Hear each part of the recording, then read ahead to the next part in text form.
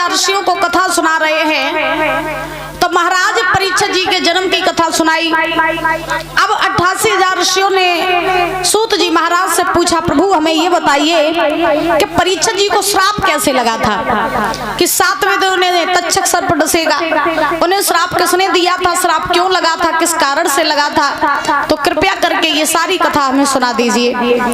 तो सूत जी महाराज 88,000 ऋषियों से बोले, हे ऋषियों, एक समय की बात, परीक्षित लाल जो है हस्तिनापुर के राजा हैं, बड़े अच्छे राजा हैं, प्रजा को पुत्र के समान प्रेम करते हैं, प्रजा उन्हें पिता के समान प्रेम करती है।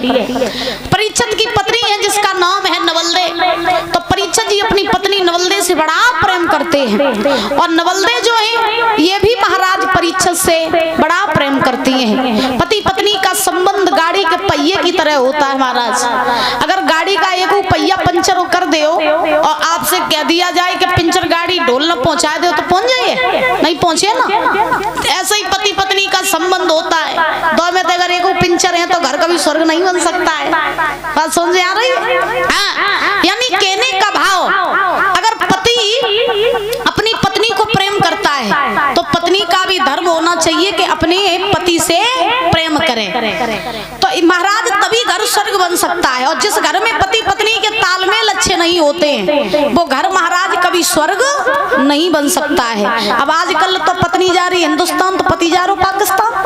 आजकल तालमेल तो मिलता ही नहीं। और आजकल नारियन को प्रेम तो वहीं तक कौन, जब तक जेब में पैसा भुजाओं में ताकत, तभी तक नारी को प्रेम है। क्योंकि परीक्षित जी बड़े सुंदर शब्दों में लिखा, अरे नारा प्रेम लगई लोला।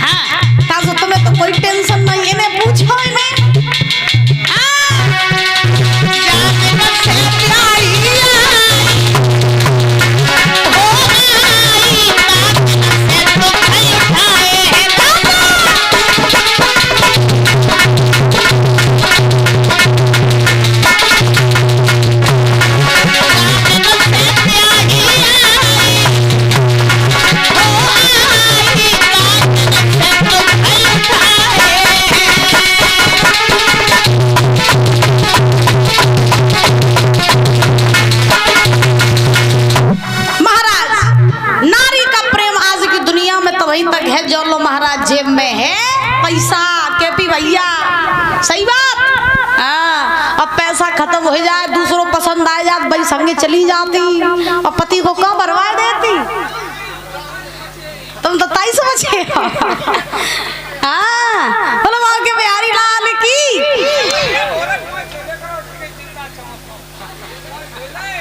तो इनके अच्छा महाराज आज सूत जी समझा रहे 88,000 ऋषियों को कि हे ऋषियों, राजा परीक्षित जो है अपनी पत्नी नवलदे को बड़ा प्रेम करते हैं और जब प्रेम करते हैं तो धीरे धीरे समय बीता। एक समय की बात, राजा परीक्षित ने अपनी पत्नी नवलदे से कहा, अरे रानी बहुत दिन हो गए हम कहीं जंगल में शिकार खेलने नहीं गए। कितने